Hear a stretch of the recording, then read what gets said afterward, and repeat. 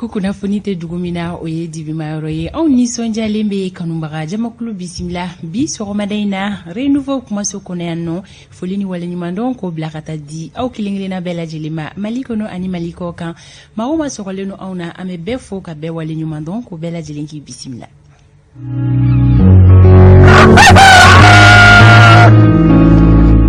Para kunnafoni nin ye a kɛnɛ sigilen ye ka foli kurakuraya ka di an kanubaga bɛɛ lajɛlen ma ka fɔ aw ma kaw ni ce aw ka danaya la renouveau télé sugantili la bi ye alamisa ye octobre kalo tile 21 san 2021 solika wuli kɛbagaw an mana sigi nin kɛnɛ kan an bɛ fɔlɔ ka aw de fo sabula baara ɲɔgɔn tɛ aw minnu bɛ yen nɔ k'aw sera aw ka cakɛyɔrɔ la ka ban aw ka télé bɛ renouveau la ko nin ye kunnafoni dugu jɛlen ye aw ye aw minnu fana bɛ sɔgɔ anw na sɔgɔnaw la don o don an bɛ aw kelen-kelenna bɛɛ lajɛlen fo lamɛnbaga jamakulu an tɛ ɲinɛ aw kɔ sanga ani wagati radio renouveau lamɛnbagaw aw ni ɲantuma kan radio partenaire wɛrɛ minnu sɔgɔlen no anw na ni sanga kɔnɔna la an bɛ a lamɛnbaga jɛkulu kelen-kelenna bɛɛ lajɛlen fo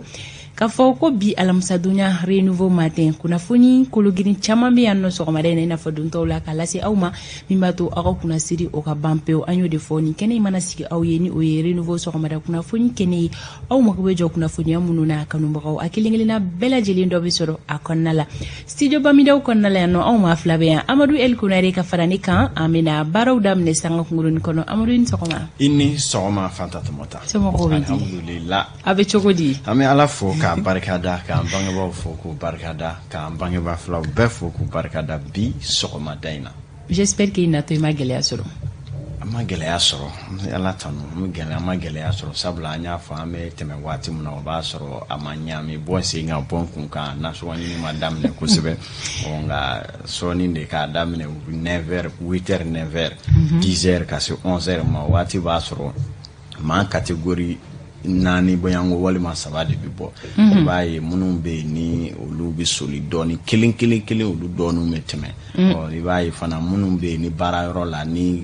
jɔyɔrɔba t'olu bolo n'olu ye dugumamaw ye olu fana m'u teliya walasa ka bɛn ni 8h ni 7h ye 9h la minnu bɛ yen n'olu ye businessman ye olu bɛ bɔ a jigɛ kongoroba minnu bɛ yen ni olu dalen mɔgɔw ka baara fɛn dira fɛn ma di e bɛ se ka sigi cogo di ka mɔgɔw ka baara déterminer en fonction de o ye bɔ so u ka heure mun na e b'a ɲɛdɔn ne bɛ k'o f'i ɲɛna i sigilen bɛ yan i t'a kalama n bɛ soli ka bɔ ani n tɛ ko kunna olu tɛ kelen ye dɛ ayi dɛ terikɛ i sera sabali o ni sigilen ni bɛ yan nɔ i t'a dɔn min bɛ dugu kɔnɔ mun bɛ dugu kɔnɔ an bɛ k'o f'i ye a lamɛn i ka leçon tira a la sori dun y'a fɔ ko jogo kura dɔ b'i la sisan ko bɛɛ ka kɔlɔsi la o ye jumɛn ye ko danna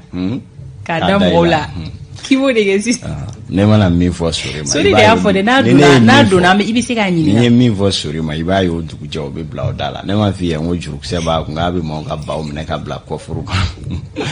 Amadu o cɛ ma bange ayiwa baasi tɛ ni sɔgɔma ni y'an don k'a ye bi sɔgɔmada in na sɔɔni ni jama minnu bɛ k'an kɔnɔ an se mana kɛ min ni min ye fasojɔ ti kɛ ka ban e de se ye min ye i b'o kɛra o ka taa k'a tɔ to siga fosi t'o la anw se ye kunnafoni di ye ka se ka maliden kelen-kelenna kunnafoniya mali kɔnɔ ani mali kɔ kan o la bi alamisa octobre kalo tile 21 renouveau sɔgɔmada kunnafoni an ka kunnafoniyaw bɛ ne bolo minnu kan olu bakurubaw filɛ nin ye fɛn min bɛ tali kɛ an ka jamana gouvernement na ale ye hakilina min ta ni o kɔni ye ka baara di Haut Conseil islamique du Mali ma ni o bɛ Mali alisilamɛw ka tɔnba ko fɔ olu kɔni sugantira ka baara d'u ma ka fɔ k'u ka wuli ka taga kuma ɲɔgɔnya sabati fɛn bɛ tali kɛ Yad Agali ani Amadu Kunfa o ni olu ni ɲɔgɔn cɛla la ka kɛɲɛ ni gouvernement ye ni décision min ta an y'a ye k'a fɔ a ko kuma cayara kosɛbɛ a bɛ bɛɛ lajɛlen da kɔnɔna la o la Au conseil maaw bɛ na nin baara in kɛ cogo di anw ni Isa Kaba bɛ na ɲɔgɔn la sɔrɔ ale kɔni ye ɲinini camanw kɛ a ko kan kunu an bɛna walawalali kɛ aw ye min b'a to bɛɛ lajɛlen ka se ka faamuyali ɲuman sɔrɔ ka se ka to o babu kelen kɔnɔna la ni o ye Mali gouvernement ye baara min kalifa Haut Conseil la ka se ka wuli ka taga kuma ɲɔgɔnya sabati Amadu Kufa ani Yad Agali olu ni ɲɔgɔn cɛla la anw bɛna Dr Ali Tunkara ka ale hakilinata ta o ko kan sabula ni situation sugu ale bɛ caman dɔn a ko kan an n'a bɛna ɲɔgɔn la sɔrɔ n'an bɔra o yɔrɔ la an bɛ taga Fanakaw fɛ yen nɔ anw ka don baara ɲɔgɔn welelen o kɔni Mamadu Jara ye n'a bɛ fɔ ale ma MC ka bɔ Fana a bɛna ɲɛfɔli kɛ an ye binkaliwale min kɛra Bɛlɛkɔkaw fɛ yen nɔ tarata tɛmɛlen a bɛna a da don kunnafoniya la ka se ka anw kunnafoniya Amadu El Konare don kibaru bɛ ale bolo Sori Ibrahim Diallo siraba Baba kunnafoni bɛ ale bolo Hawa Danyogo kɛnɛya kunnafoni bɛ ale bolo sɔgɔmaden na kɛnɛya kunnafoni bɛ tali kɛ folo de kan docteur bɛ na ɲɛfɔli caman kɛ aw ye o ko kan Alexis Kalambiri ma sɔn mun de ma ko jumɛn de kɛra an ka jamana kɔnɔna la ni Alexis ma sɔn o ma sɔni kuma bɛ di ale ma a ka se ka a fɛla fɔ ayiwa fɛn bɛ tali kɛ anw ka don foli duman fila la o bɛ yan ka fara wagati bolo da cogo kan ni ye anw ka sɔgɔmaden na programme ye an bɛna minnu daminɛ sisan ni wagati bolo da cogo ye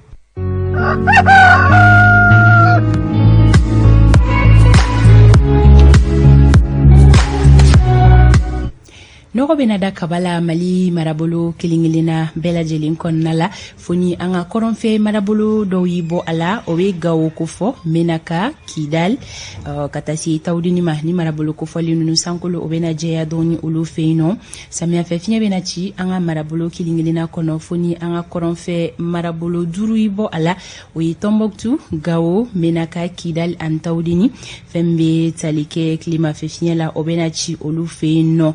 Tombouctoukaw ka yɔrɔ janfilɛli gɛlɛya bɛna don a la ka sababuya kɛ gɔngɔn bulon ye ka taa se Gawokaw ma Menaka Kidal ani Tawudini Mali fantaw fɛ gɛlɛyaba tɛna na don yɔrɔ janfilɛliw la sanfiɲɛ ni sanji bolo dalen don bi tilela fana tɔw dunnen kɔfɛ ka taa bila sufɛla la Kayi marabolo kɔnɔna la Kita Kulikoro Buguni Sikaso Joila Kucala Sigu San Mopti ani Banyangara o la tilega in na finteni boloda cogo olu filɛ ne bita ta ka dankunun taw ma yɛlɛmaba kɔni tɛ u ni ɲɔgɔn cɛla la finteni degere 40 o bɛna kɛ Kayi marabolo kɔnɔna la bi tilega in na degere 32 o bɛ kɛ Kulikoro Sikasokaw olu ka finteni hakɛya o bi jɔ degere 29 na Segu olu ta bɛ kɛ degere 35 ye fɛn bɛ tali kɛ Moptikaw la olu ka finteni hakɛya o bɛ kɛ degere 36 ye Tombouctou olu ta bi jɔ 39 na Gawokaw ta bɛ yɛlɛn ka taa degere 40 na finteni degere 39 o bɛna kɛ Kidal Menaka olu ta bɛ kɛ degere 40 ye fɛn bɛ tali kɛ Tawudini na olu ta bi jɔ degere 38 na Bugunikaw fɛ yen nɔ tilega in na olu ka finteni hakɛya o bɛ kɛ degere 29 ye Kucala olu ta bɛ kɛ degere 30 ye Kita ta bɛ kɛ 34 ye Nyoro ani Nara tilega in na olu ka finteni hakɛya o bɛ kɛ degere 38 ye Douanzan olu ta bi jɔ 39 na San marabolo kɔnɔna la bi tilega in na olu ka finteni hakɛya o bɛ kɛ degere 36 ye Banyangara olu ta bɛ kɛ 35 ye Joilakaw olu ta bi jɔ degere 31 na Bamako district kɔnɔna la nɔgɔ bɛna da kabala samiyɛfɛ fiɲɛ bɛna ci min fanga kɔni tɛ bonya kosɛbɛ gɛlɛya fitinin bɛna don yɔrɔ janfilɛliw la ka sababuya kɛ gɔngɔn gulon ye fɛn bɛ tali kɛ sanfiɲɛ ni sanji la o bolodalen don bi tilela fana to dunnen kɔfɛ walima su in na finteni hakɛya tilega in na o bɛ kɛ degere 30 ye Bamako na lamini sɔgɔmada in na kɛnɛ cira nɛgɛ kaɲɛ 6 o tɛmɛlen ni sanga 23 ye tile bɛna bi nɛgɛ kaɲɛ 18 ni o tɛmɛna ni sanga 9 ye wagati boloda cogo in ye sɔgɔmada in na ka di aw ma a kun ye aw kelenkelenna ka se ka aw ta n'aw bila dɔ i n'a fɔ ladala ko la a bɛ di aw ma cogoya min na nin jɛmukan in kɔnɔna la sisan an bɛ taga ɲɛfɛ ni kunnafoniw ye ne bɛ kɛnɛ to Amadu bolo ale ka tɛmɛ ni don kibaru ye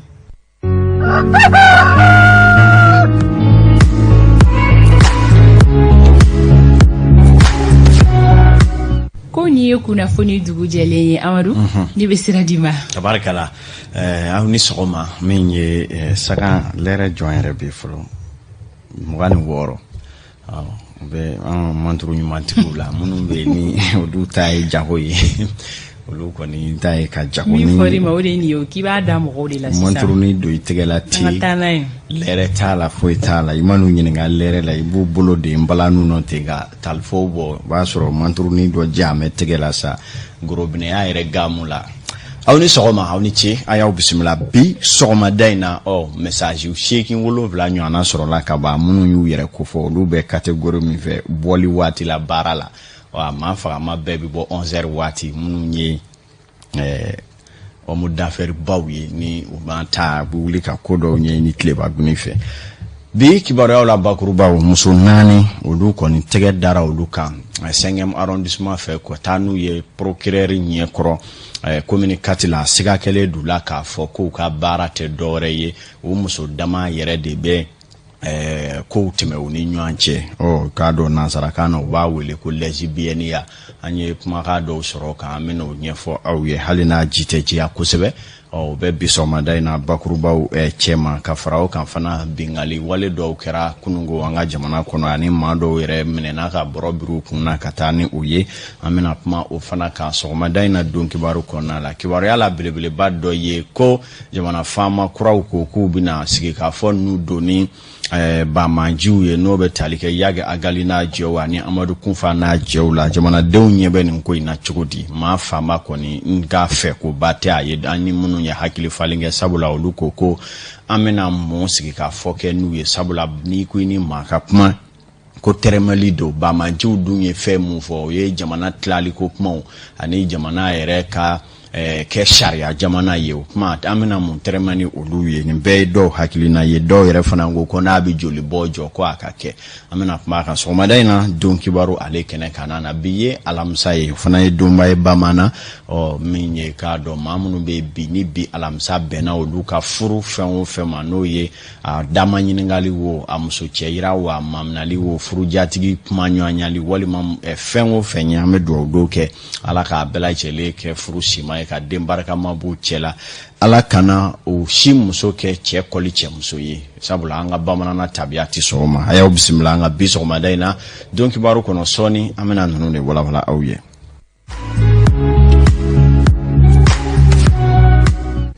anga jamana kono tabia do be minte mali tabia yo kama no ke wale ujatemene na wale mani sega kero la sikidala jamana sariati be wuli ku joje me fala joro la wasa kaseka dangare okonu na ode kadra kono na mime talike malika kritige so mime communicati la ulu koni nye kibaro ya do ni pumaka do fulo ka me borolo ka mume talike muso janyi ku yira damani nyanche bala ka jenyo anya puma utime uni nyanche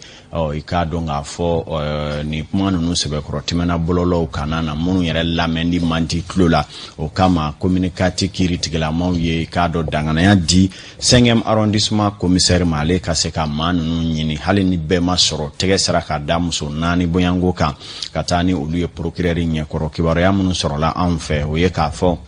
ni metalike segesegali baraw damne na ka nyiningali busamseni gamma ku fota nunu na yera ka fo ko nyeje kuluba do eno ye rezo ye munun do be Mali la do be Burkina do be jamana wora ko ali la Ameriki o Mali de ngoni ni ujenyo do do munu meni kebi karaba kula no ye muso yere dama ka ko teme oni nyanche o adunya ka fa nga jamana konna la menye ko bi jadaka ina fo furu be daga chomina che ani muso ni nyanche onga ka ke muso munu belajele ko ni tabulu kile nyi uluka ni ko ka ko ko jentike na ya nga jamana kono choshila o de kama wele